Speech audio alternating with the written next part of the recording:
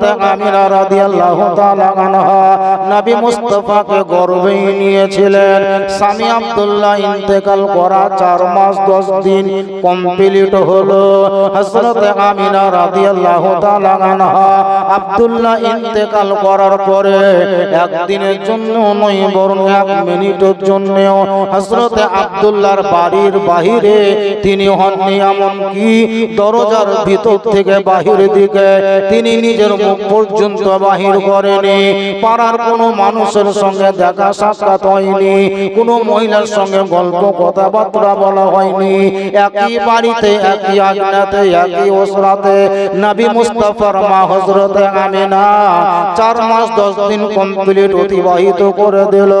হযরত আমিনা রাদিয়াল্লাহু তাআলা আনহা আমার নবী মুস্তাফাকে গর্ভে রেখে তিনার শ্বশুর যাকে তিনি আব্বা বলে ডাক দিতেন হযরত আব্দুল মুত্তালিব রাদিয়াল্লাহু তাআলা আনহুর নিকটে গিয়ে বলছেন, আমিনা ওগো আমার আব্বা, ওগো আমার আব্বা জান, আজকে আমি আমার স্বামী ইন্তেকাল করা একেবারে দিন গুনে গুনে কমপ্লিট 4 মাস 10 দিন হলো।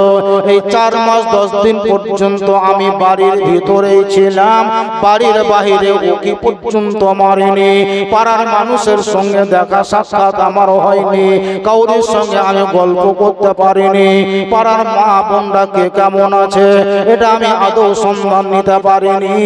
হযরত আব্দুল মুত্তালিব রাদিয়াল্লাহু তাআলা আনহু নবী মুস্তাফার মা হযরত আমিনা রাদিয়াল্লাহু তাআলা আনহাকে জিজ্ঞাসা করেছিলেন, বলে বেটি আমিনা আজকে তুমি এই রকম প্রশ্ন কেন রেখেছো বলো, আজকে তুমি এই রকম কথা আমাকে কেন শুনিয়েছো বলো। হযরত আমিনা রাদিয়াল্লাহু তাআলা আনহা হযরত আব্দুল মুত্তালিব রাদিয়াল্লাহু তাআলা আনহুকে বলছেন, আব্বা গো আজকে আমি আমিনা আপনার নিকটে এসেছি, আসার কারণ বা উদ্দেশ্য হলো এটাই, আমি 4 মাস 10 দিন পর্যন্ত আপনারই বাড়ির আঙিনাতে ওঠা বসা করেছি, চলাফেরা করেছি, পাড়ার মানুষের সঙ্গে দেখা সাক্ষাৎ হয়নি। যেহেতু আমি স্বামী ইন্তেকাল করা শোক পালন করার জন্য তা 4 মাস 10 দিন কাটিয়ে দিলাম, আপনার কাছে আমি পারমিশন নিতে এসেছি। আব্বা গো যদি আপনি আমাকে পারমিশন দেন আমি একটু আমার পাড়ার কোনো মা বোনদের সঙ্গে দেখা সাক্ষাৎ করার জন্য বাড়ি থেকে বাহির হব।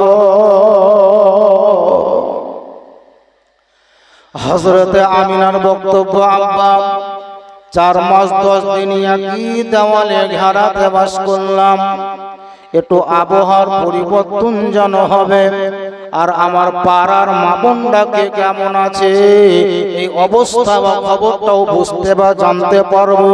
আমি তো কাউরির সঙ্গে গল্প গুজব করার সুযোগ পাইনি, এরই জন্য আপনার কাছে পারমিশন চাইতে এসেছি। আপনি যদি আমাকে পারমিশন দেন আমি পাড়ার কিছু মানুষের সঙ্গে, পুরুষদের সঙ্গে নয় বরং মহিলাদের সঙ্গে দেখা করব। হযরত আব্দুল মুত্তালিব বলছেন, ওগো মা আমিনা শোনো, এটা তো আমি খুব ভালো করে জানি রে বেটি কে 4 মাস 10 দিন তুমি বাড়ি থেকে বাহির হওনি, কোথাও তুমি যাওনি, কেউ তোমাকে দেখেনি, কাউকে তুমিও দেখতে সুযোগ পাওনি, তবে তোমাকে আমি যেতে নিষেধ করব না রে বেটি। যেহেতু তোমার 4 মাস 10 দিন কমপ্লিট হলো, শোক পালন করা কমপ্লিট হলো, তোমাকে আমি বাধা প্রদান করব না। তবে শোনো রে বেটি,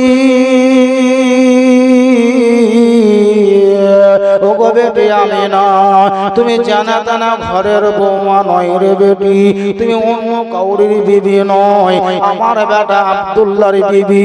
ওগো বেটি আমিনা শোনো, তোমার গর্ভে একটি সন্তান বিরাজ করছে, তার বেশি সময় লাগবে না, অল্প সময়ের মধ্যে দুনিয়াতে আসবে।